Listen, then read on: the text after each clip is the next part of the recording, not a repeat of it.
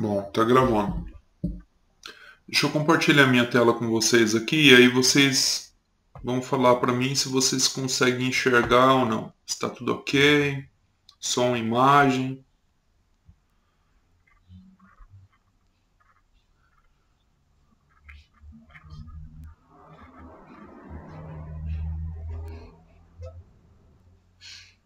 Vocês conseguem ver, gente?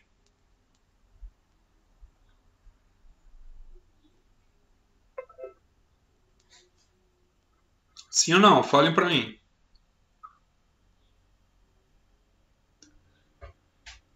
Ei, conversem comigo. Falem se vocês estão enxergando ou não. Sim, Matheus, tudo ok? Ok, maravilha. Joel, então vamos lá. Pessoal, vamos lá, só fazendo uma revisão rápida. E eu vou pedir para vocês anotando os tópicos aí, tá? Vou anotando. Então, a gente já viu que, iniciando lá com o mercado, o que é o mercado? O conceito, digamos assim, mais genérico de mercado, ele é um ambiente de negociação, não importa se esse ambiente ele é um ambiente necessariamente físico, né? Mas pode ser também um ambiente virtual, principalmente nos dias de hoje, né? Tanta gente aí praticando comércio pela internet, né? Tem gente que vende pela internet, tem uma loja sem ter a loja necessariamente, né? Ele apenas é um mero atravessador, tem um sitezinho, alguma coisa assim, mas faz venda. O importante é que é um ambiente que dá negócio, chamado trade, né? Que é, ou seja, uma troca, né? Você tem alguém, um agente ali vendendo alguma coisa e ao mesmo tempo do outro lado você tem um outro agente comprando, ou pelo menos tentar comprar essa mesma coisa sendo ofertada, né? Um produto ou um serviço. Então o conceito de mercado é isso, esse ambiente de negociação. Então, só revisando aqui o que a gente já viu, né? A gente já viu que na economia a gente elabora o modelo. O modelo é basicamente uma função, uma equaçãozinha matemática que ela vai... Por que esse nome modelo? Porque ela vai modelar a realidade. Ela vai falar assim, ela vai pegar aquela realidade grande e ela vai dar uma resumida para tentar explicar aquela realidade por meio de uma continha matemática. Então, quando a gente fala em modelo, modelagem matemática é isso. É você assumir que, puxa, vamos falar, por exemplo, numa função demanda, né? Você tem aí algumas pessoas comprando um determinado produto e você sabe que você pode reescrever o comportamento dessas pessoas de acordo com o volume transacionado. E o volume transacionado, negociado desse produto que essas pessoas estão comprando, ele vai depender, por sua vez, de algumas variáveis específicas. E a principal dessas variáveis é o preço. Então, quando você tem que o volume vendido de uma determinada mercadoria, por exemplo, lá da empresa que você está trabalhando, ela depende do preço, significa que dá para a gente colocar isso numa equação e descrever, se eu aumentar o preço em tanto, em quanto que vai cair a minha demanda? Se eu diminuir, colocar uma oferta, promoção, né? E aí de repente você trabalha numa loja, você vê que o seu patrão ele fez promoção de final de ano, promoção de Natal, promoção de uma data específica. E o que ele fez? Quando ele colocou o item na promoção, ele baixou o preço. E você viu que essa baixa no preço trouxe muitos clientes, muita gente comprou o produto, você conseguiu enxergar uma diferença grande na venda. Então o modelo ele faz isso, ele fala assim, poxa, a quantidade demandada depende do preço, né? Logo que vai depender de P. Então, se aumenta o preço, a demanda cai, e se diminui o preço, a demanda aumenta, porque isso está relacionado lá no capítulo 2, que a gente vai rever também, que é o problema da restrição orçamentária, né? Como o próprio nome sugere. A pessoa tem um determinado dinheiro e ele é finito, e esse dinheiro está disponível para fazer compras aí de bens e serviços, enfim, né? E dá para a gente modelar tudo que a gente quiser. Dá para você inserir outras variáveis. O importante é a gente entender que o modelo ele é uma representação ou uma simplificação da realidade, né? Um outro tópico interessante também é o chamado de otimização e equilíbrio. São dois princípios fundamentais. Esse princípio da otimização ele fala que, poxa, o mais é preferível ao menos, todo mundo vai tentar escolher, gente, Todo mundo passa por isso aqui, ó, o problema da escolha. O problema da escolha é o problema da alocação. Alocar, por sua vez, significa dar destino a um determinado recurso. Então, qual que é o recurso que você tem disponível nesse momento? Aí você fala assim, professor, o recurso que eu tenho disponível é o dinheiro que eu tenho no meu bolso. Ah, tá. E o que você vai fazer com esse dinheiro?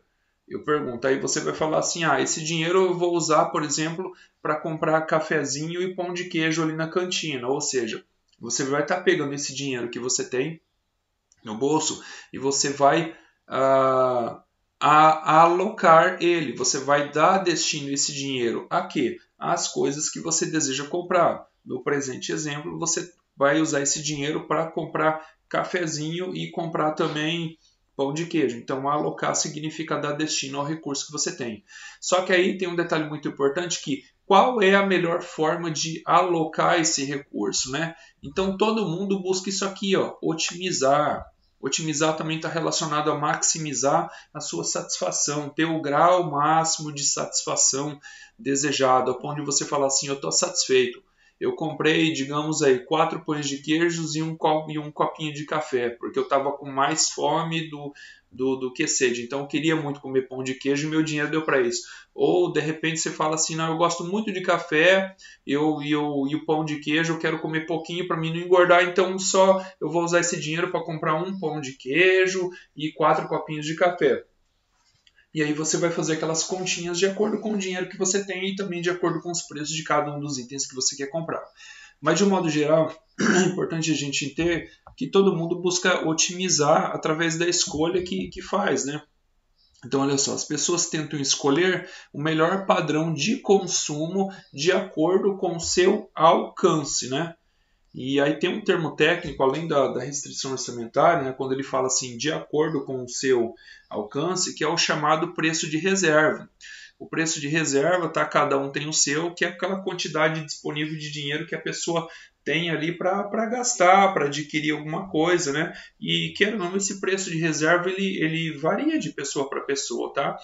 É o que vulgarmente a gente chama como poder aquisitivo. Algumas pessoas têm um poder aquisitivo maior que outras, isso aí é algo assim perfeitamente tranquilo de entender, perfeitamente normal, né? A gente verifica no dia a dia.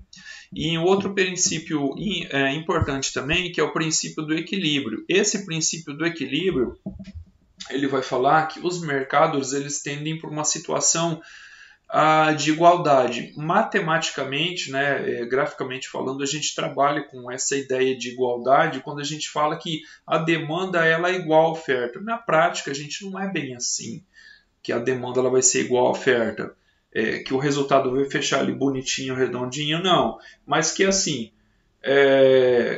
que a demanda, a oferta ela vai tentar acompanhar a demanda e vice-versa, vão tender a caminhar mais ou menos no mesmo rumo. Por que a gente não pode falar que a demanda é igual à oferta e que o equilíbrio é perfeito? Porque se a demanda fosse exatamente igual à oferta, não sobrariam, em alguns momentos, por exemplo, estoques nas lojas. A gente veria, por exemplo, uma situação onde está sobrando produto na prateleira, o produto acaba vencendo, por exemplo, ali na gôndola do supermercado, e daí o proprietário do supermercado da loja acaba tendo que jogar fora. Isso aí é uma situação não muito incomum de se ver. Ou então uma situação contrária, onde você tem, por exemplo, assim, falta de mercadoria, né? A demanda ela mais que superou a oferta naquele momento, e isso está sendo bem comum agora nesse período de pandemia. Está faltando tem muita mercadoria em falta no mercado como um todo. Então, tem pessoas, por exemplo, na fila de espera, que já fizeram pedidos do seu produto que, enfim, querem comprar, encomendaram aí, só que o produto ainda não chegou, ele está em falta. Pessoal, tranquilo até aqui? Todo mundo entendeu?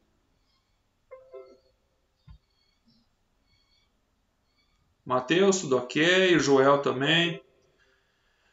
Então vamos lá, o princípio do equilíbrio ele reza que a demanda ela é igual à oferta, simples assim. A demanda, por sua vez, é o lado da compra, o lado do consumidor é quem está comprando algum produto, seja para o consumo particular, ou seja para revender, ou seja para transformar esse produto que para você é uma matéria-prima, transformar num outro produto. Por exemplo, você vende trufa, produz trufa para vender, então você vai lá, digamos lá na loja de festa, você vai comprar embalagem para embalar essa trufa. Você vai comprar o chocolate que você vai derreter para fazer ela, você vai comprar os aromas, as essências e, enfim, todos os insumos e ingredientes necessários para produzir essa trufa, né? Então você está fazendo o quê? Você está demandando, você está comprando aqueles produtos. Aí a loja que está vendendo para você, ela é o lado da oferta, ela está ofertando. Ofertar, por sua vez, significa vender, significa disponibilizar para o cliente comprar, tá? E aí o tópico 1.3 ele fala sobre a curva de demanda, e a curva de demanda ela vai ter uma inclinação descendente ou negativa, e ela vai mostrar que a cada nível de preço, nós temos aqui a curva de demanda, tá? Aqui está o preço na coluna vertical, e na coluna horizontal nós temos aqui a quantidade demandada do produto, né, que está sendo colocado à disposição para os clientes comprarem. Esse exemplo aqui, como a gente já viu, só fazendo uma breve revisão, a gente tem aqui apartamentos sendo ofertados, ou seja, sendo disponibilizados para os alunos de uma determinada instituição aí de ensino superior alugarem, né? Pelo princípio da otimização, os alunos eles vão querer alugar o apartamento, talvez o maior, o mais confortável possível, ou até mesmo aquele que fique mais próximo, né, ali à instituição de ensino superior, mais próximos à universidade, né? Eles querem ficar bem pertinho, não querem caminhar muito. Esse é o princípio da otimização. Aí, pelo princípio do equilíbrio, a gente vai ver que essa curva de demanda aqui, ó, ela vai se igualar com a curva de oferta. Vocês não estão vendo, mas a curva de oferta ela é ascendente, né? Por quê? Porque quanto mais caro for o aluguel, maior for o valor do aluguel, isso se torna cada vez mais atrativo para o empreendedor, para aquele investidor que quer comprar um terreno e construir apartamentos para alugar, né? Então a oferta ela vai crescer de acordo com o preço. A demanda é o contrário. O preço cada vez mais caro, menos apartamentos tenderão a ser alugados, porque, puxa, ficou muito caro, né? Então, puxa, nem todo mundo vai ter a condição de alugar o apartamento. Algumas pessoas vão ficar sem alugar os apartamentos, por exemplo, né? Geralmente funciona assim. Quanto mais caro o preço, menos produtos serão vendidos, né? No caso aqui, apartamentos alugados. E quanto mais baixo for esse preço aqui, mais apartamentos tenderão a ser alugados, tá? Isso sempre funcionou e isso sempre vai continuar funcionando, né? Pelo menos aqui nesse nosso planeta, nesse sistema econômico da forma que impera, que é onde a gente vê que as pessoas demandam recursos, que os recursos são escassos, que é necessário dinheiro para realizar transações, a gente vai ver a situação aqui, ó. Preço maior, menos produtos sendo transacionados, e preço menor, mais produtos sendo transacionados, tá? O equilíbrio vai se dar no momento em que, poxa, não vai, digamos assim, sobrar muitos apartamentos para alugar. Basicamente, todos os que estão ali vão ser alugados. Um ou outro que você vai ver assim com placa de aluga-se, né? Isso aí é algo assim, digamos assim, insignificante, praticamente desprezível. O importante é que quase todos estejam alugados ali, certo? Bom, vamos descer aqui. A curva da oferta, como já foi falado, ela vai ter uma inclinação contrária. Enquanto a curva da demanda ela é negativamente inclinada, tá? De acordo com, porque ela segue o princípio da restrição orçamentária. E também isso aqui, que cada pessoa tem um preço de reserva limite, e nem todas terão o mesmo preço de reserva, outras terão um preço de reserva menor. Daria para a gente entender isso aqui, por exemplo, com o seguinte exemplo. Se você tem R$10 nesse momento, e você vai utilizar esses R$10 para alocar tudo na compra de pão de queijo na cantina, e supondo que o preço do pão de queijo é R$1 nesse momento, qual a quantidade máxima de pão de queijo que você vai comprar? Aí você vai falar assim, se o pão de queijo está aqui, ó, baixinho, R$1, eu vou conseguir comprar tudo isso aqui, ó, R$10, porque afinal de contas eu tenho R$10 disponíveis para comprar pão de queijo, cada pão de queijo custa R$1, quero comprar a quantidade máxima possível, então eu vou conseguir comprar 10. Por outro lado, se o preço do pão de queijo inflaciona, digamos, para R$2, ele dobra o valor, aí você vai pegar aqueles mesmos R$10, a sua mesma renda, e vai dividir pelo preço novo agora, que não é mais R$1, R$2, vai dar um total de 5. Ou seja, ele estava aqui em R$1, ele subiu aqui para R$2, você já não vai mais comprar aqui 10. Você vai comprar agora metade, você vai comprar 5 unidades. Tá? Então é por isso que essa curva aqui, principalmente por isso, ela tem essa relação negativa, negativamente inclinada, chamada de curva descendente. Por quê? Dado o problema da restrição orçamentária, que é bem tratado lá no capítulo 2. A curva de oferta ela é diferente, ela tem inclinação positiva, porém tem um detalhe importante que a gente precisa considerar, e aqui está, anotem bem isso aqui que eu estou falando já. Por que no curto prazo, o que fala de curto prazo? Ó, a oferta de apartamentos é fixa no curto prazo, a curto prazo. Ela é fixa, olha aqui, ó, S representando a quantidade ofertada de apartamentos. E aí, eu gostaria de ouvir de vocês. O que essa curva está mostrando para a gente, essa figura aqui, esse gráfico? Está mostrando o quê? Está mostrando que a cada nível de preço, independente se o preço for muito caro, a quantidade ofertada é isso aqui. E se o preço for muito barato do apartamento, a quantidade ofertada também vai ser isso aqui. E agora eu quero ouvir de vocês por que no curto prazo essa curva de oferta ela é fixa e ela não se altera. Vamos lá. Mateus, Joel, Leide, Giovana.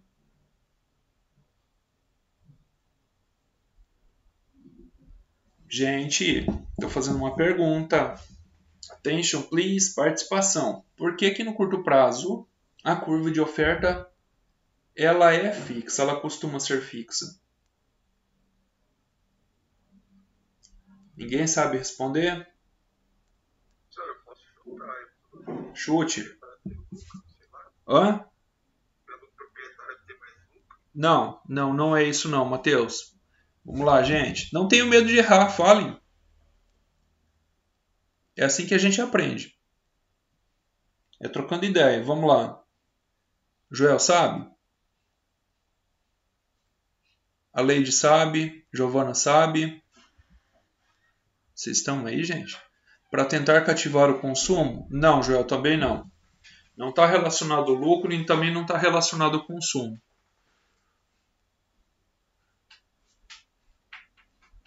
Tá bom, eu vou falar para vocês. Mas eu quero que vocês participem e interajam aí. Pessoal, não é do dia para a noite que o cara que está com dinheiro no bolso, ele está lá com 1 milhão. Ele está com 1 milhão, com 2... Não, aqui 1 milhão, hoje o preço do imóvel. Ele está lá, sei lá, com 2 milhões de reais no bolso. E ele pretende comprar um terreno ali próximo ao Nemat, que não é nem um pouquinho barato o valor. E ele vai construir. E hoje 1 metro quadrado da construção civil está um absurdo. Ele tem 2 milhões, ele tem bala na agulha, ele tem o dinheiro. E eu pergunto para vocês, vocês acham que é do dia para a noite que ele vai conseguir construir esses apartamentos e deixar eles prontinhos para alugar? Vocês acham que é tão rapidinho assim? Não, professor. Ah, tô gostando, participação. Não. Vamos lá. Você está com dinheiro e você quer montar um laticínio ou um frigorífico, que seja. Você acha que é do dia para a noite você vai conseguir montar esse laticínio ou esse frigorífico, essa empresa? Mesmo tendo dinheiro ali à vista disponível? Não consegue. Você quer colocar a vaca lá no seu pasto para dar leite, né? Eu trabalhei com isso aqui ontem na pós-graduação, lá em agro. E aí eu perguntei para um aluno que é do ramo, eu falei o que vai um ano, ele falou, professor, vaca boa, tá? Desde você pegar o bezerrinho, tratar ela para ela crescer, até dar leite, produzir em quantidade, são 3 anos. Vocês estão enxergando, gente? Não, porque vocês conseguiram entender o porquê que no curto prazo a curva de oferta ela é fixa, independente do nível de preço, podem estar ofertando um preço muito caro. Gente, a disponibilidade de recurso, tá? Há uma rigidez na disponibilidade de recurso, de forma que você consiga alocar todo o seu recurso financeiro e transformar ele num produto físico, para que você disponibilize ele para o consumo do seu cliente não se dá do dia para a noite, tá? E aí tem um detalhe também, de repente tem um cara ali, um apressadinho, que ele consegue rapidinho comprar um imóvel ali e construir apartamentos para alugar. Sim, mas perante a todos os apartamentos disponíveis, todas as kitnets disponíveis para os alunos da instituição, só aquele imóvel que foi colocado ali é pouco representativo, né? Então, quando fala assim que a curva de oferta ela tem esse formato vertical no curto prazo, não significa que ela está ali rígida, parada, estática. É que se ela se movimentar um pouco, crescer um pouquinho, isso aí não vai ser assim algo significativo. Por isso que ela costuma... Isso aqui que a gente está vendo aqui, gente, deixa eu voltar na imagem aqui, isso aqui é um modelo. É uma forma da gente demonstrar a realidade. No curto prazo, a curva de oferta por apartamentos está fixa. Ah, professor, mas aumentou um pouquinho. Teve um cara que comprou um terreno e construiu 4 kitnets ali. Sim, mas perante todas as kitnets ali, que existem, todos os apartamentos ali, isso aqui é pouco representativo, tá? De repente teve um cara aí que com, sei lá, 4, 5 meses ele conseguiu construir, mas mesmo assim, gente, tá? Então a gente tem que considerar aí um prazo maior, e tem que considerar que vai, sei lá, ter um boom aí a ponto de a gente conseguir arrastar essa curva de oferta para cá, fazer com que ela aumente. Isso não se dá do dia para a noite.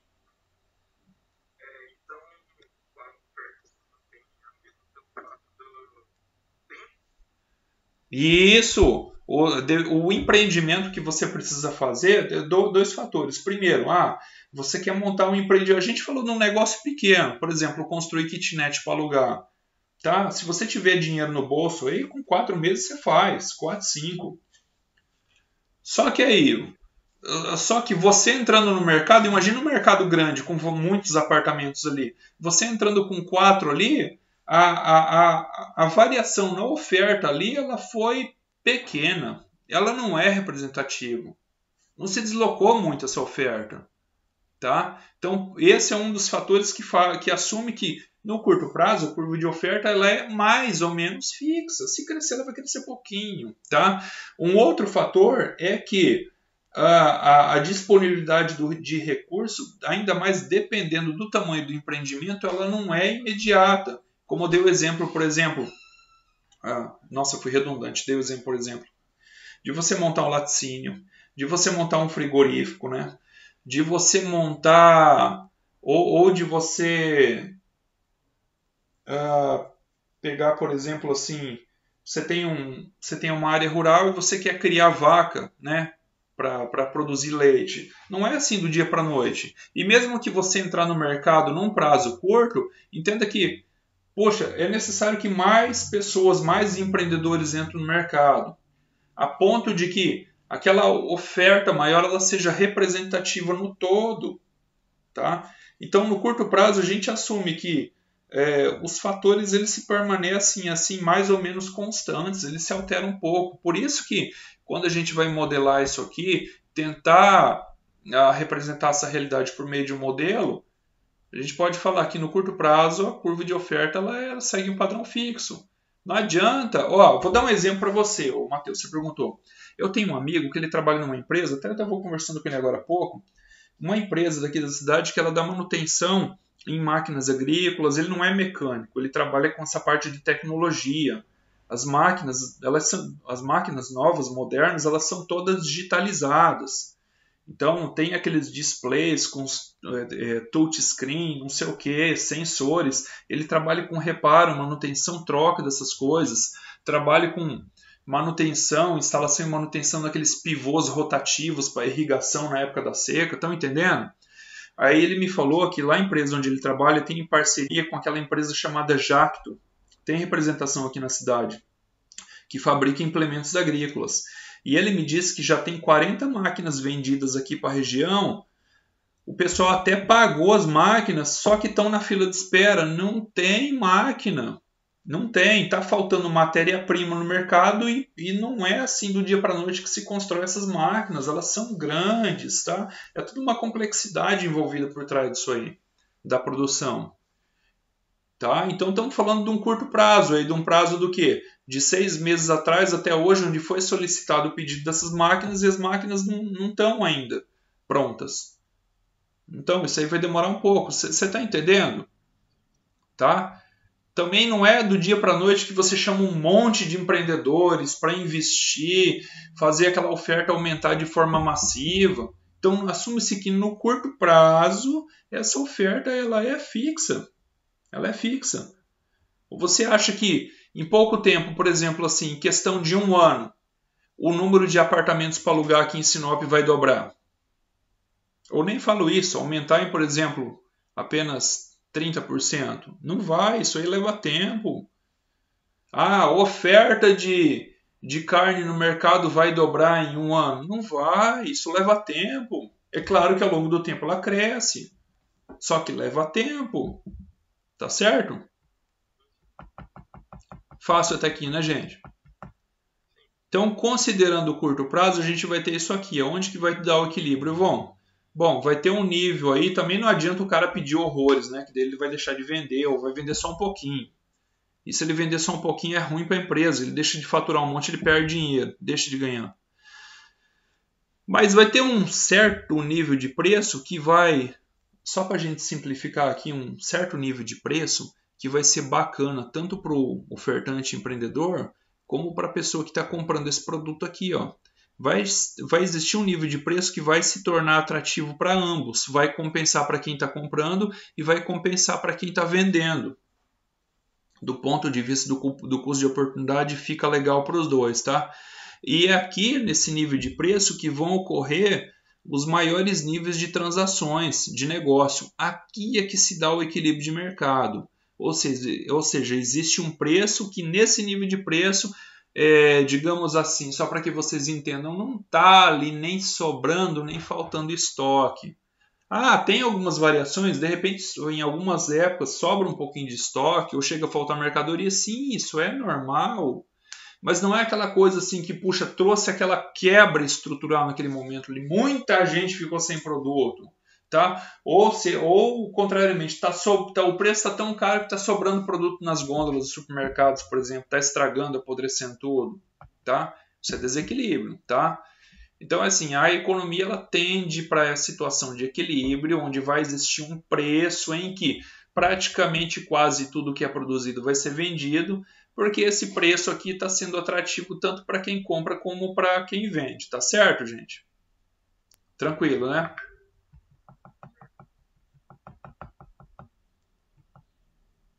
Deixa eu ver se mais alguém entrou aqui. Sim. Como é que é? Geucivane. Bom dia, Geucivane. Não me ouviu.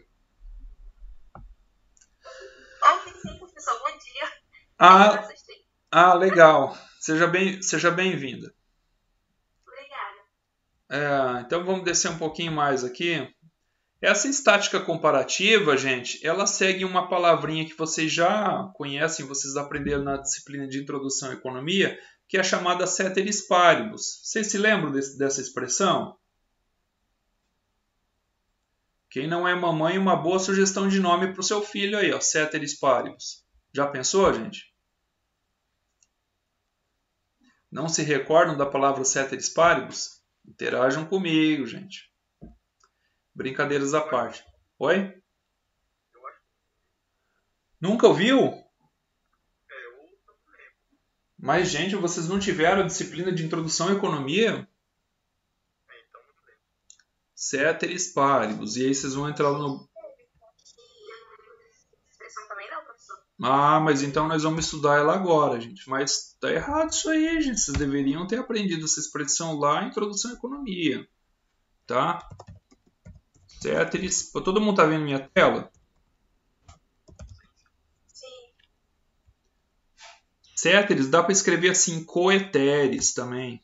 Ora, dependendo do livro, vocês vão ver escrito isso aí. Então, ó, também grafado como coeteris paribus, na pronúncia significa, ó, por todo o mais é constante, ou mantidas e inalteradas as outras coisas. Estão vendo aqui? Então, o ceteris paribus, ele vai dizer para a gente assim, é quando a gente quer analisar por exemplo, um choque. Que choque que é esse? Você vai supor que as demais variáveis não mudam, e você quer ver o efeito provocado na variação de uma única variável. Então, suponha que você tem um modelo de demanda, da demanda por um determinado bem. Por exemplo, aqui a gente está trabalhando com apartamento, mas vamos pegar um exemplo mais fácil. Você está pegando aí, por exemplo, o combustível. Tá? Hoje nós temos os carros flex, né? Ele funciona tanto com gasolina como álcool. Então vamos fazer um estudo da demanda de gasolina. A demanda de gasolina, gente, ela depende basicamente de 3 fatores principais. Você pode colocar outros também, mas principalmente desses 3. O primeiro fator que vai influenciar na demanda, ou seja, na gasolina que você compra, vai ser o próprio preço da gasolina. Se o preço da gasolina está muito caro, você tende a comprar menos. Tá? Se baixa o preço da gasolina, você já vai conseguir comprar um pouco mais, porque afinal de contas assume-se que a sua renda ela não se alterou. Tá? O preço da gasolina também depende da própria renda. Porque se você tem condição de andar com o carro, você vai comprar gasolina para abastecer o carro. Se você não tem condição de comprar o carro, você vai comprar gasolina para abastecer a moto que você tem, certo? E se você não tem condição de comprar nem a moto, então daí nem gasolina você vai comprar, tá? Então a gente conseguiu entender que a demanda por gasolina ou a venda de gasolina, ela depende da renda do consumidor e que quanto maior a renda, mais gasolina geralmente a pessoa ela vai tender a consumir, porque o dinheiro dela permite ela consumir. E quanto menor o preço, isso incentiva as pessoas a comprarem mais gasolina. E se o preço subir, as pessoas vão comprar menos, porque, enfim, problema da restrição orçamentária. A pessoa não tem tanto dinheiro assim para comprar toda a gasolina que ela quer. E a demanda por gasolina ela também vai depender do preço do seu substituto próximo, que no caso é o álcool etanol. Então é assim. Digamos aí que a sua renda não se alterou e nem a gasolina alterou o preço, mas o álcool está bastante atrativo, época de safra baixou muito o preço do álcool, naturalmente você vai migrar para o álcool, você vai pular para o álcool. Vocês estão entendendo? O que essa hipótese ceteris paribus ela fala, ela reza? Ela diz assim, tudo ou mais permanecendo constante, ou seja, a sua demanda por gasolina depende da renda que você tem, depende do preço da gasolina e depende do preço do álcool, que é o substituto mais próximo da gasolina. Contudo, se a sua, digamos assim, a renda, ela não está aumentando, você continua ganhando aquele salário ali. E se o preço digamos assim, o preço do álcool também não se altera, mas o preço da gasolina subir, agora a tendência é que você compre menos gasolina. Por mais que você não está com vontade de comprar menos, você queira comprar mais, mas enfim. O preço do álcool não se alterou e a sua renda não subiu, mas a gasolina subiu, você não vai conseguir comprar a mesma quantidade de gasolina que você comprava. Naturalmente você vai comprar menos. Isso é o que? Ceteris paribus, tudo ou mais permanecendo constante. A gente viu que nesse exemplo, esse modelo de demanda por gasolina, ele depende do preço da gasolina, aí a demanda sua por gasolina, que é a quantidade de gasolina que você compra, ela vai depender, além do preço da gasolina, ela vai depender da sua renda, certo? Do seu salário, e ela vai depender também do preço do álcool, que é o substituto mais próximo. Mas se a sua renda não subiu, e se o preço do álcool também não baixou, mas consequentemente a gasolina baixou, aumentou de valor, você vai fazer o que? Antes você colocava tipo 50 litros, enchia o tanque, agora você vai colocar só 40, por exemplo, dependendo do aumento do preço. Tá? Então assim, ceteris paribus, eu vou manter todas as demais variáveis do modelo inalteradas, constantes. Tá? O preço, a sua renda continua engessada, está parada, não sofreu alteração. O preço do álcool continua parado, engessado, não sofreu alteração. E você alterou somente a gasolina, o preço da gasolina, você verificou que caiu a demanda. E não somente a sua demanda, mas a demanda também do seu vizinho, do seu amigo, do seu colega, do seu primo, porque afinal, ninguém ganhou mais naquele período de tempo. Mas o preço da gasolina subiu muito, as pessoas não vão conseguir abastecer mais, ou pelo menos a quantidade, vão abastecer menos, tá? Então daí você estava nesse ponto aqui, digamos aqui, agora você vem para cá. Tá? Ai, desculpa, você estava nesse ponto aqui, ó, por exemplo, demanda. E agora digamos que aumentou a gasolina, agora você vem para cá, você vai comprar menos. Vocês estão conseguindo entender o que é ceteris paribus, tudo mais permanecendo constante? Sim, né? Sim.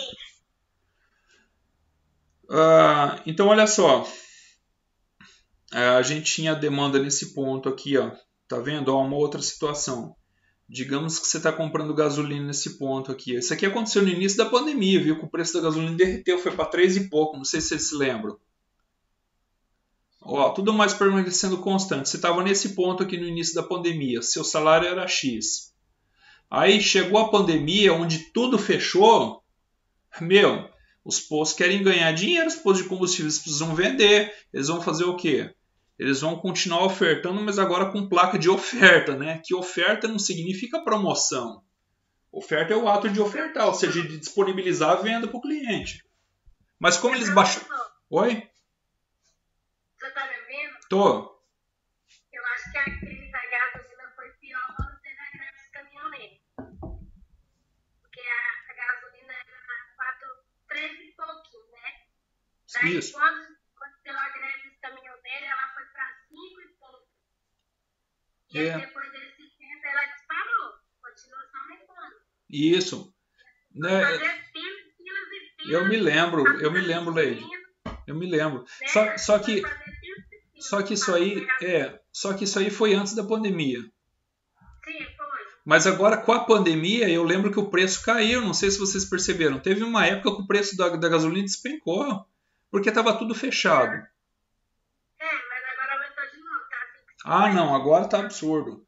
É que assim, a economia da oferta e demanda é a economia do olho gordo, né? O pessoal tá pagando, por que eles vão vender barato? Vão vender caro mesmo. Eles vão justificar, mas aumentou o imposto, aumentou isso, aumentou aquilo, aí eles pegam e jogam acima da margem. Aumenta acima, acabam ganhando. Tá sabendo que o povo paga, oferta e demanda. Enquanto o povo estiver pagando, eles vão continuar aumentando o preço. É assim que funciona.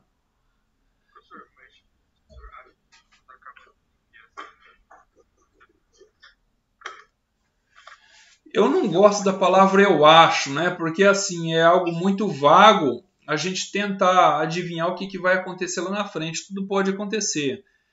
O que assim, o que eu consigo perceber, tá? Eu gosto muito de observar a realidade. O que eu consigo perceber é o seguinte: enquanto o consumo estiver aumentando, os preços não vão baixar, não. A tendência é que continue subindo, tá? E aí, se você olhar, por exemplo, façam esse exercício, gente. Uma hora vocês entrem lá no site do IPA-Data e façam um download no Excel da série histórica do crescimento populacional e também do crescimento do PIB. Tá? Ao longo, sei lá, dos últimos 50 anos. Façam aqui para o Brasil, façam pelo site do Banco Mundial, vocês conseguem fazer do mundo como um todo, dos Estados Unidos. Daria para a gente fazer essa comparação, por exemplo, Brasil versus mundo. Vocês veem que a população mundial está crescendo numa função exponencial, não para de crescer. A cada ano que passa, a população mundial cresce mais ainda. E aí você vê, o nosso planeta ele é finito ou infinito? Analisem comigo, gente.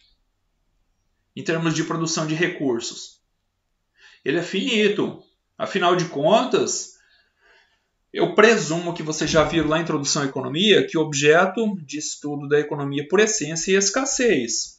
Quanto mais escasso um produto, mais disputado ele é pelo mercado. Mais disputado, mais gente interessada em pagar cada vez mais, o preço dele vai subir. Tende a subir. É assim que funciona. É por isso que hoje imóvel, terra ficou tão caro. No passado era barato porque tinha muita terra para pouca gente. Pouca gente significa pouca gente trabalhando, o mundo de obra era cara. Eu falo isso para vocês, meu pai chegou aqui em 77, aqui em Sinop.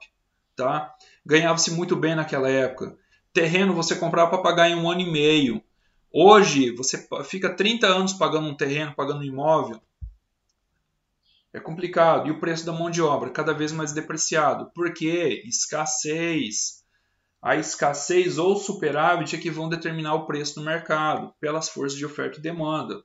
Então é assim, respondendo a sua pergunta, Matheus, não dá para a gente fazer previsão, mas o que eu observo é o seguinte: enquanto a população mundial estiver crescendo, o consumo necessariamente vai acompanhar, porque afinal, todo mundo demanda recursos diariamente, bens e serviços, principalmente energia, de todas as formas, seja na forma de energia elétrica, principalmente, ou também na forma de gás e diesel, tá?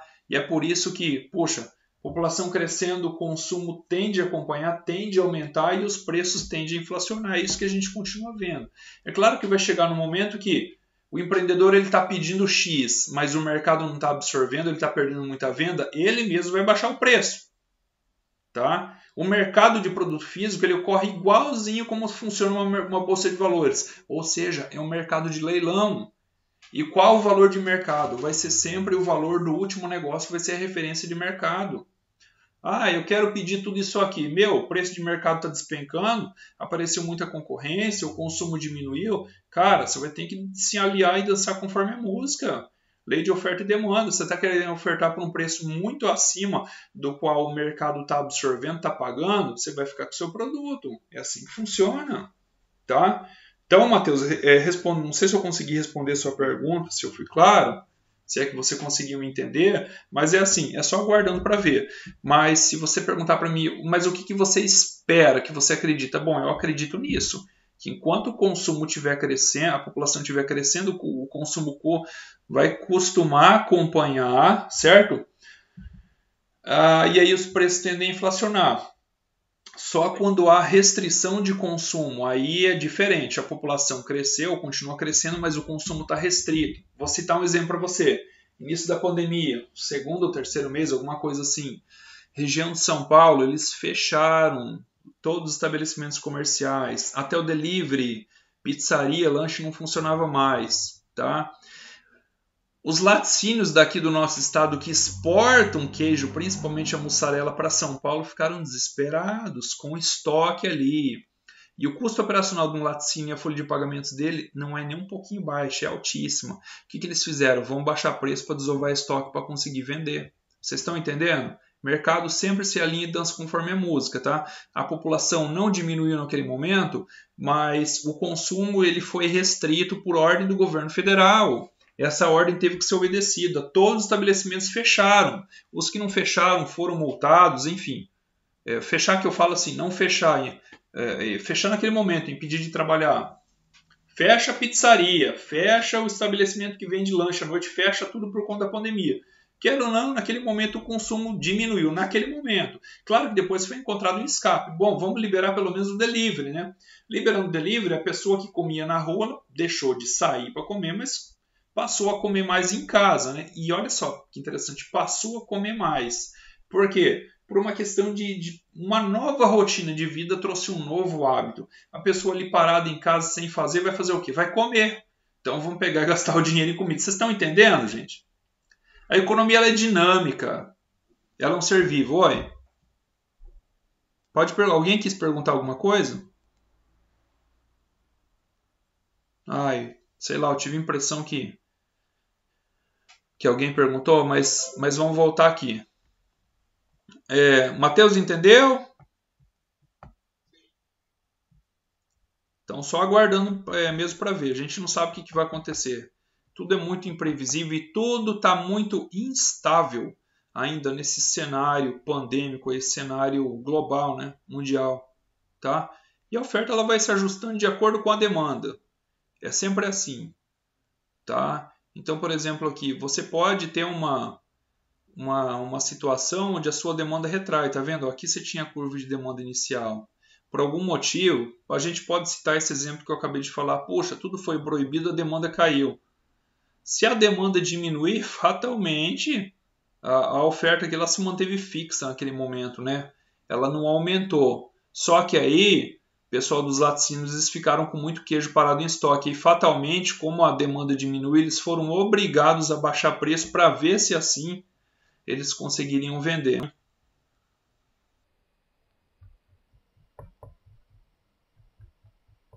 Vamos ver aqui outras formas. Ah, tá. Outras formas de alocar apartamentos, o monopolista discriminador. Isso aqui é uma situação que ela acontece. Eu estava pensando nisso ontem, tá? acontece principalmente no momento de escassez de recursos, tá? É o que a gente está passando agora. Eu conversei semana passada com um rapaz que ele trabalha com instalação de câmera, com instalação de portão eletrônico, com instalação até de energia solar, essas coisas, né? Aí ele falou para mim que ele vai parar porque não está encontrando gente para trabalhar. Ou seja, analisem comigo, se ele não está encontrando gente para trabalhar, não é só ele que está enfrentando esse problema, mas os concorrentes dele também, as outras empresas. Isso significa escassez desse serviço prestado. Essa escassez desse serviço prestado dá margem para o empresário ele praticar isso aqui, ó, monopolista discriminador. Ou seja, ele atua como se ele fosse um monopolista e praticando discriminação de preço. O que é isso, discriminação de preço? Eu acho que vocês já ouviram a seguinte expressão: eu vou cobrar de acordo com a cara do freguês. Sim ou não? Digam para mim. Então é assim. Eu conversei ontem com um aluno da pós-graduação em gestão do agronegócio e ele falou: rapaz, esses dias eu fiz um orçamento pro cara ir lá em casa e fazer uma instalação para mim. Eu não lembro do que, se era um padrão de energia, o que. Daí o cara perguntou para mim qual o bairro. Ele falou: ó, é aqui no perímetro urbano, na região central. Ele falou: porque tem diferença de valor? Ele falou: tem diferença sim. Aí naquilo ele sacou o quê? Se o cara fala que ele mora num bairro periférico, o prestador de serviço vai dar um determinado valor. Se o cara fala que ele mora num condomínio fechado de luxo, tipo um Mondrian, Carpe Diem, você acha que esse cara vai cobrar o mesmo valor? Digam para mim, vamos lá, critério de racionalidade. Você acha que ele vai pedir o mesmo valor para o possível cliente lá do Maria Vindilina? Ou você acha que ele vai pedir o mesmo valor aliás, em relação ao cliente do Maria Vindilina, vai ser o mesmo valor que ele vai pedir para o cliente que mora lá no Mondrian, lá no Aquarela, lá no... Vocês acham? Professor, eu creio que não, porque quem mora no Aquarela é assim, na visão do empresário, aquela pessoa tem dinheiro. Isso. Então ele vai cobrar mais caro. Vai cobrar mais caro. Então é assim, gente, o mercado, ele pratica muito isso, tá? O mercado, as empresas, queiram ou não, muitas empresas fazem isso. Chega lá, eu estou vendo você aí, o seu carro e tal, você pode pagar tanto. Chega lá um senhorzinho lá para fazer o conserto, de repente o mesmo serviço, né? Já aconteceu isso comigo, precisei de serviço de torno, gente. Já aconteceu isso comigo. Aí chegou lá um senhorzinho para fazer basicamente o mesmo serviço, cobrou 1/3 do valor do homem. Por que ele me cobrou tão caro assim? Só porque eu cheguei de carro e o homem chegou de bicicleta? Complicado, gente. Ah, não, é porque vai ser feito isso, isso, isso. Aí eu li lá basicamente o mesmo tempo de serviço, quase o mesmo serviço. Falei, meu Deus. Então, isso aqui está relacionado à pergunta do Matheus. O que você acha? Né? O que eu acredito? Olha, eu vejo dessa forma. Enquanto continuar havendo, digamos assim, o crescimento da população, o crescimento do consumo acompanha e escassez de serviço e de produtos, isso vai dar margem para o empreendedor praticar aquilo que se chama a regra, né, a prática do monopolista discriminador. Ele vai pedir mais caro, porque tem um critério da microeconomia que fala que o mais é preferível a menos. E outro critério também, isso está lá no livro, se eu não me engano, no capítulo 1 do livro Introdução à Economia do autor Gregory Mankiw, que ele fala dos princípios da economia, são 10, e ele lista lá um deles, que enfim, a administração também trabalha, né? Que fala algo mais ou menos assim, que a empresa ela busca sempre maximizar lucro, ela visa lucro. Tá? E como a microeconomia fala que o mais é preferível a menos, por que eu vou cobrar 20 dele se eu sei que ele paga 60? Vocês estão entendendo? Então tem esse detalhe aí, tá? Qual o melhor arranjo? Aí vai depender da situação, né? Tem também o chamado aqui, ó, controle de aluguéis, né? Que aí quando o governo vem e impõe um imposto, tá? Então, aqui o mercado concorrencial que a gente atua, por mais concorrencial que ele seja, se a população está crescendo muito e o crescimento do consumo por bens e serviços, esse consumo está crescendo, e você chega num momento aí que, puxa, já não tem mais tanta empresa oferecendo esse serviço, esse produto, o empreendedor ele vai praticar isso aqui, ó, um monopolista discriminador. Ele está tendo margem para isso, para começar a pedir mais caro.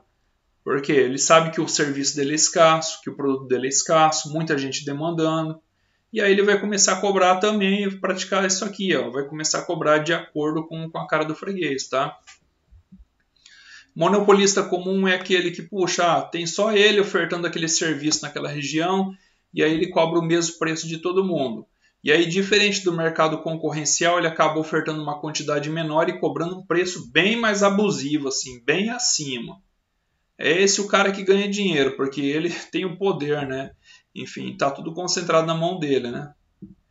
Quando a gente fala em controle aqui, novamente, já falei, mas aí é quando vem aí o governo, aplica uma alíquota, aplica um imposto. Oi, pode perguntar. Mais ou menos, Petrobras é monopólio. Exatamente. É ela que detém o refino.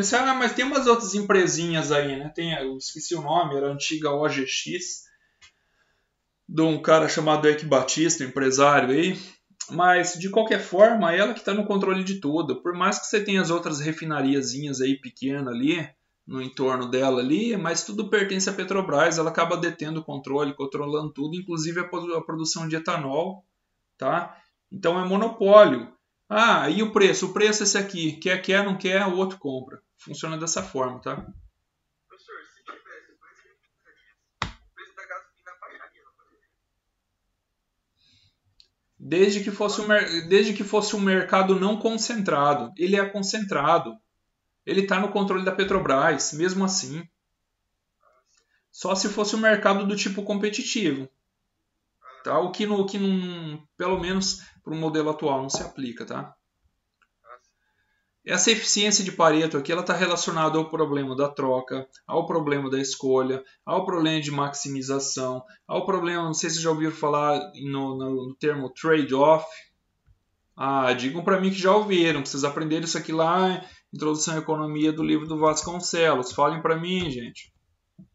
Esse eu ouvi. Ah, mas sabe o que é? Não lembro. Trade-off. Estão vendo aqui, ó? Troca.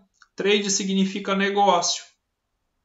Você fez um trade, você fez um negócio, você comprou e vendeu. Isso é um trade. Off significa desligado, é uma troca desligada. Isso significa que sempre que você faz um negócio, sempre que você toma uma decisão, você faz uma escolha e essa escolha ela vai ter um custo para você, tá?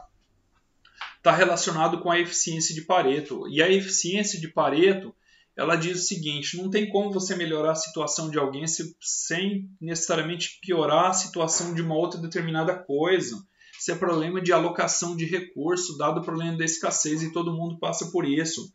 E ele fala assim, que uma situação ela é eficiente no sentido de Pareto quando que você consegue melhorar o seu padrão, mas piorando o padrão ou a situação de outro. E eu vou dar um exemplo prático para vocês aqui. Uma situação que ocorre muito é na própria Bolsa de Valores. Se você fizer um trade, não façam isso, não estou recomendando isso para vocês. Mas se você, sei lá, você resolveu operar o tal do day trade lá, você comprou um ativo qualquer, índice, dólar, alguma coisa assim, trem extremamente arriscado, perigosíssimo, não façam isso. E aí você fez uma compra e você acertou no olho do mosquito. Você comprou barato e conseguiu vender caro e ganhou dinheiro. Fique ciente você que alguém teve que perder para você ganhar, tá? Alguém sempre vai ter que pagar o preço. Não adianta, gente, tá? Então, uma situação ela é eficiente no sentido de Pareto quando, ao melhorar a situação de alguém... Deixa eu só pegar o carregador aqui, dá licença um pouquinho.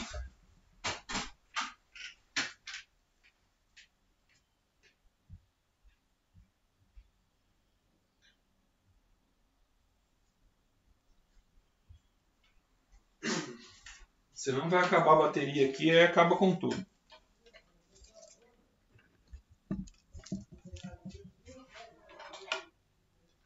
Uma situação ela é eficiente no sentido de Pareto quando, ao melhorar uma situação de alguém, você necessariamente tem que piorar a situação de outro. Vocês entenderam, gente? Sim ou não? Opa, fale. No próprio gráfico de oferta e demanda a gente vê isso aqui, ó. Ó, você estava comprando aqui, ó, nesse nível aqui, quando o preço custava isso aqui, ó. Estão enxergando aqui? E aí, com o preço aqui, você conseguia comprar tudo isso aqui. Ah, mas o preço subiu muito, ficou caro, veio para cá. Você não teve que abrir mão de toda essa quantidade aqui, ó? Você não teve que pagar esse preço? Não teve que pagar essa conta? Sim ou não? Sim. Vamos voltar ao exemplo do pão de queijo. Você tinha 10 reais, o pãozinho custava 1 real. E aí você foi lá e comprou os 10 pães de queijo. Aí na semana seguinte você voltou lá para comprar pão de queijo de novo, com os mesmos 10 reais. Seu salário não aumentou. Mas o pão de queijo foi para 2 reais. Você não teve que abrir mão de 5 pães de queijo? Você não acabou pagando o preço? Não custou para você muito mais caro esse pão de queijo? Tudo é mais constante. Se de repente o dono da cantina quis apenas aumentar o pão de queijo em 2 reais para aumentar a margem de lucro, porque ele sabia que as pessoas iam comprar do mesmo jeito, você pagou essa conta. Você conseguiu melhorar a vida do dono da cantina, piorando a sua vida. Você que está sustentando ele. Vocês estão entendendo, gente? Isso é uma situação de melhora no sentido de Pareto.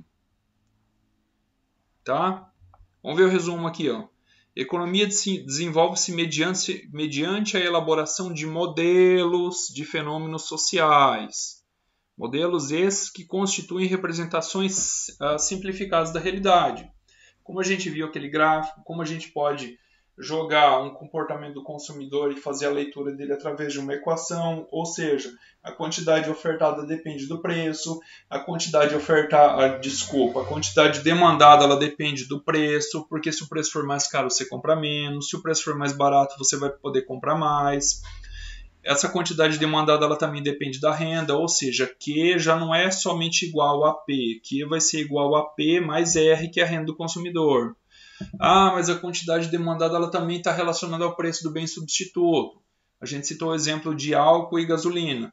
E aí, se o álcool baixar, você vai deixar de comprar gasolina para comprar álcool. A demanda por gasolina, nesse sentido, ela vai diminuir. Estão entendendo, gente? Isso é um modelo. Você usa uma expressão matemática para tentar explicar uma realidade econômica. Tá? O modelo ele vai simplificar essa realidade. Tá? Os economistas são guiados pelo princípio da otimização, como já foi falado, mais é preferível a menos.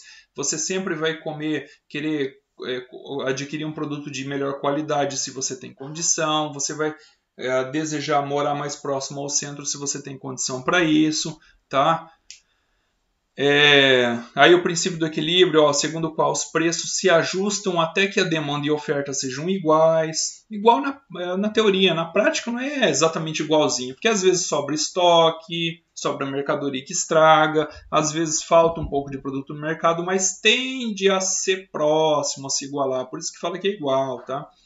A curva de demanda ela vai medir quanto as pessoas gostariam de demandar a cada preço, certo? E a curva de oferta mede quanto as pessoas gostariam de ofertar a cada preço. No caso da oferta, essa pessoa aqui é o empreendedor, é o empresário, o dono do negócio, aquele que produz para vender. E o preço de equilíbrio é o preço que vai dar negócio, que vai ficar bom para todo mundo.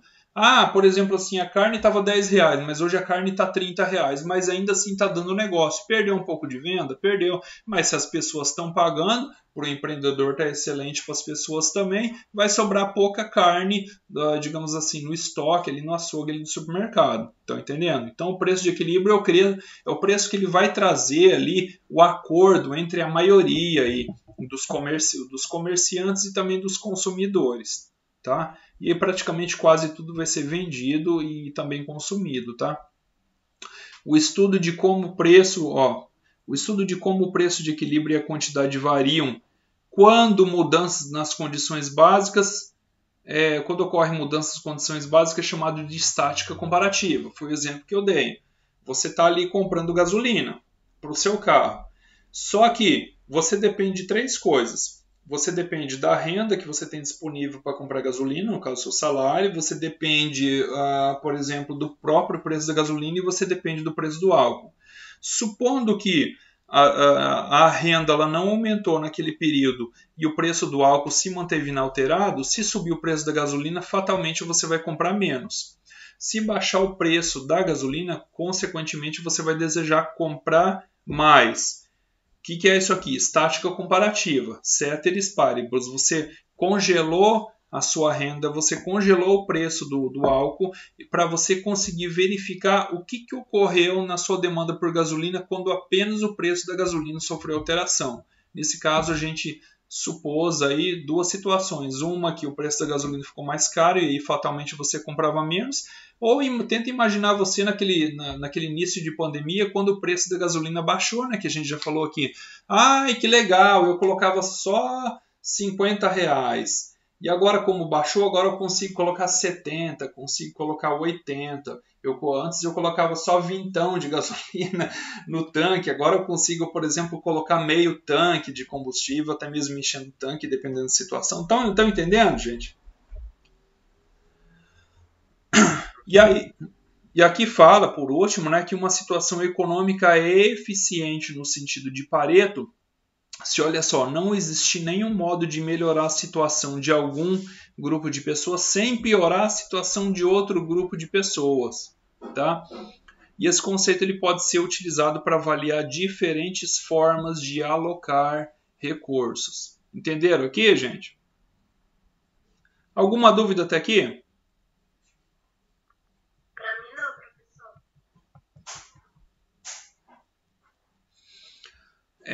Na aula passada eu pedi para vocês fazerem um resumo do capítulo 2, né? Foi isso ou não? Só me recordem. Professor, eu estava na aula. Você explicou. E a aula foi referente ao capítulo 2, ou não? Então, vou deixar uma atividade, vocês façam um resumo do capítulo 1, porque capítulo 2 a gente já trabalhou, né? Apesar que, bom, vamos fazer uma revisãozinha rápida. A gente tem o problema da restrição orçamentária, né? Como o próprio nome fala, restrição orçamentária é orçamento restrito. O dinheiro que você tem no bolso está ali disponível para o consumo, mas é só aquilo. E aí você vai alocar esse dinheiro, você vai dar destino a ele, cestas de consumo, que é a combinação entre as mercadorias que você vai comprar, entre os bens e serviços que você vai comprar. Ela é representada normalmente por X1 e X2, por quê? Porque a gente coloca X1 e X2 no gráfico para a gente fazer avaliações de restrição, né? Supondo o aumento da renda, quanto mais do outro bem que você vai comprar, supondo o aumento no preço do outro bem, o X1 e X2, tá? Mas não que necessariamente você vai utilizar toda a sua renda para comprar só X1 e X2. O X1 aqui ele representa um bem específico, isso está muito claro nesse texto, e o X2 ele pode representar não somente um bem, mas ele é representado por todos os demais bens que compõem a sua cesta. Então tentem imaginar assim que você tem um salário e que você vai dar destino mensal para esse seu salário, tá? O X1 aqui pode ser, por exemplo, os pães de queijo que você compra na cantina, e o X2 ele pode ser tudo ou mais aquilo que você compra para se manter ao longo do mês, inclusive as contas que você paga aí com água, energia, aluguel, combustível, essas despesas aí, tá certo? Importante a gente entender que essa alocação aqui, ou seja, o P1, que é o preço do bem número 1, né? P1 vezes X1, que vai dar a quantidade de dinheiro que você gasta nessa quantidade de X1 que você compra, mais o preço do bem 2. Novamente eu falo, esse bem 2 pode não ser necessariamente um único bem, mas todos os demais bens que compõem a sua cesta, vezes a quantidade desse bem 2 aqui, né, o preço vezes a quantidade, só que ele não pode superar a sua renda, tá? Senão você vai passar no vermelho, você vai passar de um mês para o outro devendo, um cheque especial, comprando no cartão de crédito, sendo escravo. Tem que ser igual a isso aqui, a conta tem que fechar, porque afinal o dinheiro não brota em árvore, né? Pode ser menor? Pode. É uma situação boa, desejável, ou seja, você está conseguindo poupar. Você vai estar contribuindo para a economia, porque se você está poupando, espera-se que futuramente você venha investir esse dinheiro em alguma atividade econômica. E ainda que você não invista, uma hora você vai gastar esse dinheiro e alguém vai investir por você. Tá certo? Então, dois bens geralmente bastam, né? No caso X1 e X2, por critério de simplificação, né, e didática, para a gente entender como o modelo funciona. Não há necessidade de mais que 2 bens para você explicar o funcionamento do modelo. Novamente, x1 pode representar um bem específico e o x2 não necessariamente somente o bem número 2, mas a soma do bem 2, o bem 3, o bem 4, o bem 5, e aí você pega cada um dos bens que você compra, você pega a quantidade de cada um desses bens e você multiplica pelo seu respectivo preço. E a soma de tudo isso aqui ela vai ter que ser menor ou igual à renda que você tem disponível ali para o consumo, para aquisição desses bens e serviços ao longo do tempo. Tá certo? Então a propriedade é essa, né? Que P1 vezes x1 mais P2 vezes x2 seja igual à renda. Se você quiser expressar a quantidade que você compra de x2, você pode utilizar essa equaçãozinha 2.4. Pega a sua renda e divide pelo preço do bem 2 menos o preço do bem 1 dividido pelo preço do bem 2 multiplicado pela quantidade do bem 1 que você está comprando. E aí você vai ter ali a quantidade do bem que vai te dar, né? Você pode fazer toda essa conta para tentar encontrar a quantidade do bem 2 que você já está comprando. Se bem que, poxa, né, nem há necessidade de fazer tudo isso aqui, né? Você já sabe quanto do bem 2 que você já vai comprar, né? Isso aí já é algo assim presumido, né? O nosso conjunto orçamentário, então, ele vai dar essa reta aqui e ela vai mostrar aqui, ó. Você tem sempre aqui na horizontal a gente vai colocar o x1, que é o bem 1 que você está comprando, e sempre na vertical a quantidade do x2. Para calcular é muito simples. Você pega aqui ó, M, que é o total da sua renda, e divide pelo preço do bem 1. Né? Você vai ter aqui a quantidade do x1 que você está comprando. E aqui você faz a mesma coisa, só que com o bem número 2. Você pega a sua renda e divide pelo preço do bem 2, aí até que você consegue completar esse conjunto orçamentário aqui. Aqui é reta orçamentária. Aqui mostra todas as combinações possíveis que você pode fazer na compra, na aquisição desses dois bens, dado o quê? Dado a sua renda e dado também o preço de cada um desses dois bens. Tá certo? Isso aqui já foi visto, mas só revisando, tá? Mas como que eu vou alocar o meu recurso? Né? Eu quero comprar um pouco mais de x1. Então tá aqui, ó, P1 multiplicado por x1. De repente você comprava 2 unidades de x1. Mas, puxa, eu quero comprar uma unidade a mais. Então vai ser 2 mais 1. Aqui vai ser 3. Né? Só que necessariamente, como a gente já viu lá no sentido de Pareto, aqui ó, o x2 você vai ter que reduzir a quantidade dele. Dado que o preço do bem 1 e o preço do bem 2 não se alteraram, se mantém o mesmo. Para você conseguir comprar um pouco mais de x1, você vai ter que reduzir a quantidade de x2. Aqui está positivo, mas na realidade o sinal é negativo. Tá? Por quê? Porque a soma disso aqui não pode ultrapassar M, que é a sua renda. Tá certo?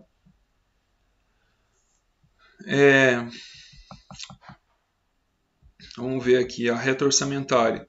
Quando que a reta orçamentária ela se expande? Ora, quando aumentar o seu orçamento. Então você estava, digamos que nesse nível aqui, ó, no momento, mas aumentou a sua renda, olha aqui, aumento da renda.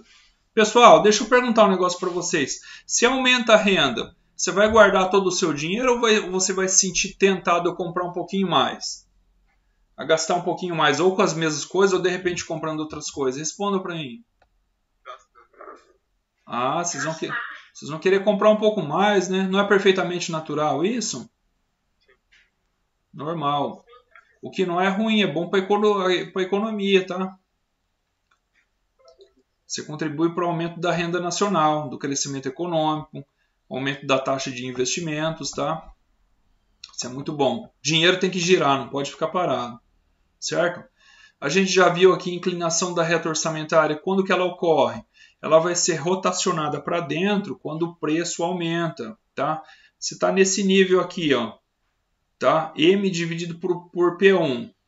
Vamos jogar isso aqui por exemplo que a gente já viu do pão de queijo lá. M é igual a 10 reais. O P1, que é o preço do pão de queijo, é R$1. 10 dividido por 1 dá quanto? Quantas unidades de pão de queijo você vai comprar? X vai ser igual a quanto? Vai ser igual a 10. Agora, se o P1 ele passa de 1 para 2, passa a custar R$2, o que vai acontecer com essa reta aqui? A quantidade que estava aqui era 10. O que vai acontecer? vai ser mais inclinada, ela vai rotacionar para dentro. Por quê? Porque antes você estava conseguindo comprar 10 unidades, agora você vai conseguir comprar só 5. Então, assim, diante do aumento do preço do bem 1, você vai ter uma reta orçamentária mais inclinada para dentro aqui. Ela vai ser rotacionada para dentro. Por quê? Porque o bem 1 ficou mais caro. Ah, e se fosse o bem 2 aqui, ó? Se o bem 2 diminui, aumenta o valor, tá? Você estava comprando essa quantidade aqui. Se o preço do bem 2 aumentou, você vai comprar uma quantidade menor. Logo, essa reta aqui ela também vai rotacionar para dentro. Só que, em vez da reta orçamentária agora ficar mais inclinada como essa, agora ela vai ficar mais plana. Gente, isso aqui eu já falei na aula passada, tá? Só estou revisando, tá lá para vocês reassistirem. Eu pedi para vocês fazerem o resumo daquela aula, tá? Mas estamos vendo. O numerário foi falado que é o quê? Que é apenas um número que você toma como referência. Como, por exemplo, a situação, esse exemplo que a gente acabou de ver aqui. Ah, você tinha 10 reais e você conseguia comprar 10 pães de queijo. O preço de referência ele era o quê? Ele era R$1, que era o custo do pão de queijo, né? O preço que você pagava. Só que agora ele não é 1, agora ele é 2. Se você pegar esse número 2, que é o novo valor, o novo preço, e dividir pelo número 1, 2 dividido por 1 dá 2. Significa que o novo preço ele equivale a 2 vezes o valor do preço 1. Se multiplicar por 100 dá 200%. Tá? Então, o numerário aqui é um número que serve como referência, aquele valor inicial. Tá? Isso não se aplica somente ao preço, mas pode ser aplicado para a quantidade.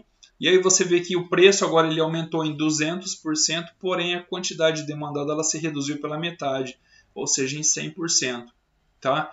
Porque se 10, que era a quantidade que você comprava de pão de queijo, quando o preço era R$1 e você tinha R$10 disponível para comprar pão de queijo, mas agora com o aumento de preço de 1 para 2, você consegue comprar só 5 unidades, isso significa que se você pegar esses 5, que é a quantidade nova, e dividir pela quantidade anterior, 5 dividido por 10 vai dar quanto? Vai dar exatamente a metade, ou seja, vai dar 0,5, que multiplicado por 100 significa 50%. Tá? Então, o seu poder aquisitivo ele derreteu, ele diminuiu em 50%. Tá? A sua renda ela é a mesma em termos nominais, você continua com os mesmos R$10, só que em termos reais agora ela mudou, tá? Renda real, se vocês não sabem, significa capacidade de pagamento e ela costuma diminuir ao longo do tempo pelo efeito inflação. O preço do pão de queijo dobrou, ficou mais caro. Isso a gente viu agora com a pandemia, tudo dobrou o valor, algumas coisas até triplicaram. Perceberam, gente? Sim? Bom, o imposto, o subsídio e o racionamento, eles também vão trazer mudança na reta orçamentária. Só revisando aqui, o imposto, já foi falado na aula passada que o imposto ele torna o produto mais caro. Então, no caso do bem número 1, você vai comprar menos dele, portanto, a sua reta orçamentária vai ficar mais inclinada. E se o imposto for aplicado ao bem 2, a sua reta orçamentária vai ficar mais plana. Por quê? Porque você também vai comprar menos unidades do bem 2, só que ele vai trazer um efeito contrário na reta orçamentária, ela vai ficar mais plana. Isso ocorre também com o racionamento. No racionamento a gente já viu, tem lá na frente, quer ver? O racionamento ele acaba trazendo uma quebra de estrutura na reta orçamentária. Olha aqui, ó. Você pode consumir até aqui pagando determinado valor. E a gente já viu que isso se aplica perfeitamente para energia elétrica na época de bandeira vermelha e aplica assim também para a água ao longo de todo o ano. Tá? Se você passar, extrapolar o seu limite de consumo, significa que você vai pagar mais caro ou pelo quilowatt-hora, no caso da energia elétrica, ou pelo metro cúbico de água, caso você venha extrapolar o seu consumo. E aí a sua reta orçamentária que estava nessa linha pontilhada, ela vai vir para cá. Você vai trazer uma quebra de estrutura. E em relação ao bem número 1, você vai ter uma reta agora mais inclinada a partir do momento que você extrapolou o consumo daquele bem lá. Que é isso aqui, ó. Tá vendo? Deixa eu subir um pouquinho só para a gente comparar. Tá vendo como que estava aqui, ó, retinho? Fechando o triângulo. Agora que ela mudou, trouxe uma quebra de estrutura. Por quê? Por causa disso aqui, ó. Deixa eu aumentar para vocês verem.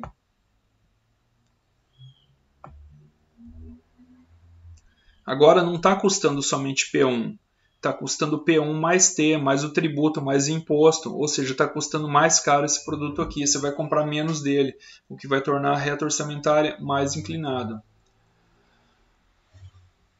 Então, esse aqui é o efeito do racionamento, tá? Que é a taxação sobre o consumo excedente a partir do limite X, a partir daqui, tá? Oi?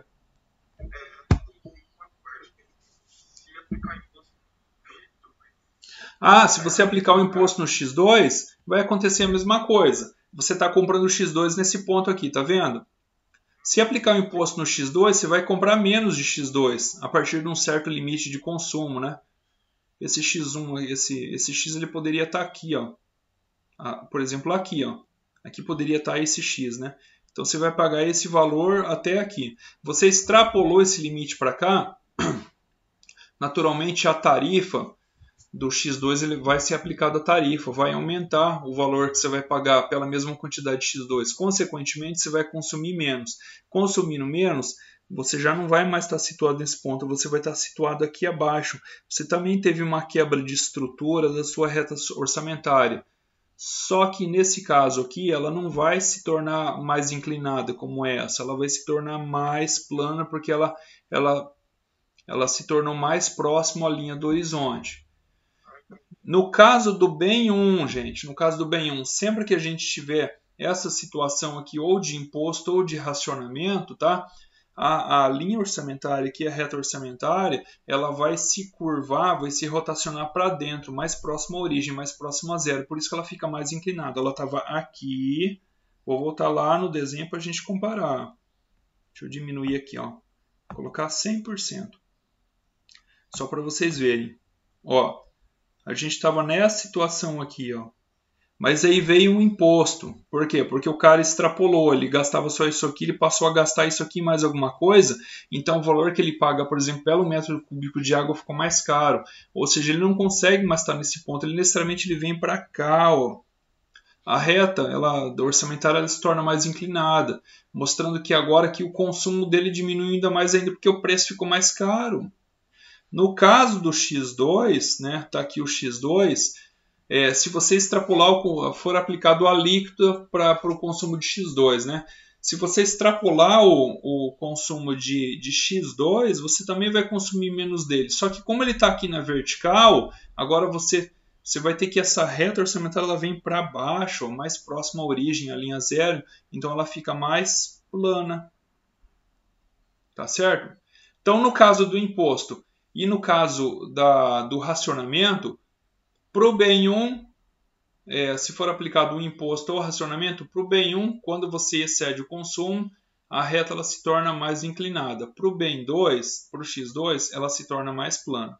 Tranquilo? Vocês têm que ir perguntando para mim, gente. Basicamente é isso. Ele dá um exemplo aqui de cupom de desconto para alimentação nos Estados Unidos, tá? Mas é basicamente o que a gente fez aqui, tá? Essa reta orçamentária ela vai mudar de acordo com variações nos seus níveis de renda, certo? Se a sua renda aumenta, ela é deslocada para fora. Se a sua renda diminui, ela é deslocada para dentro. E ela vai variar de acordo com os preços também, tá? Como a gente já viu aqui. Com os preços, aumento ou diminuição do valor das mercadorias que você quer comprar, dos bens e serviços, ou também quando ocorre a aplicação do imposto ou até mesmo do racionamento. O imposto ele costuma não ter quantidade, mas o racionamento significa que você vai pagar uma alíquota, uma determinada taxa de imposto a partir de um certo nível de consumo que você excede, o que vai tornar o produto mais caro, o produto que você está comprando, né? É isso aí que funciona. E uma situação contrária no subsídio, né? O subsídio, né, na prática a gente quase não vê. Mas é quando o governo ele fala assim, eu vou tirar esse imposto. Esse imposto que você está pagando eu não vou cobrar ele não. Ou seja, o produto que você comprava ficou mais barato. Significa que você vai conseguir comprar mais desse produto, só que ele vai ter um efeito contrário na reta orçamentária. Um efeito contrário em relação à situação de imposto, por exemplo. Tá? Então é só você entender como que funciona a reta orçamentária quando ocorre a aplicação do imposto em relação ao bem 1 e ao bem 2, tá? Ao bem 1, a reta orçamentária ela vai se tornar mais inclinada, mais para dentro, e ao bem 2 ela vai se tornar mais plana. Agora, quando ocorre um subsídio, que é quando o governo retira o imposto, fatalmente você acaba consumindo mais de ambos os bens, tanto do bem 1 como do bem 2. No caso do bem 1, como o consumo vai se estender, a quantidade, deixa eu voltar aqui, a quantidade demandada vai aumentar, você acaba deixando a reta orçamentária mais plana. E no caso do bem 2, mais inclinado. Deixa eu voltar aqui para vocês. Ó. Aliás, lá em cima. Aqui. Se ocorre um subsídio, gente, digamos que você estava aqui, ó, no bem 1. Se ocorre um subsídio, ou seja, o governo retira o imposto, não vai ficar mais barato para você comprar? Vai, né? Isso significa que o seu consumo vai aumentar. A quantidade demandada por você vai sair daqui, ela vai vir para cá, ó. Ou seja, vai deixar a reta orçamentária mais plana. Isso avaliando o X1, bem número 1. No caso do bem 2, o consumo também vai aumentar se você tirar o imposto dele. Você comprava aqui, você passa a comprar aqui, ó. Só que aí no caso a reta ela vai ficar mais inclinada. Tá bom, gente? Sei que é meio estranho, meio confuso a gente trabalhar com esse negócio de inclinação, mas é só para a gente entender graficamente o que ocorre com a demanda por esses bens. Quando é aplicado o imposto, quando aumenta a sua renda, quando é retirado o imposto, no caso do subsídio, e também quando é aplicado um racionamento. Né? Isso aqui ocorre com muita frequência. Tá? No ano todo com água e em épocas específicas, épocas da seca, que é o que a gente está entrando agora, com a bandeira vermelha.